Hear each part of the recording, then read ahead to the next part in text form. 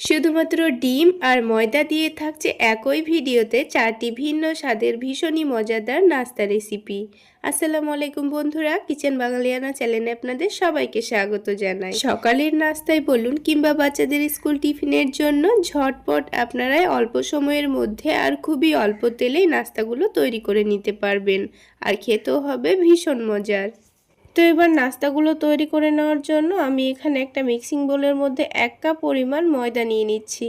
চাইলে আপনারা আটা দিয়েও নাস্তাগুলো বানাতে পারেন।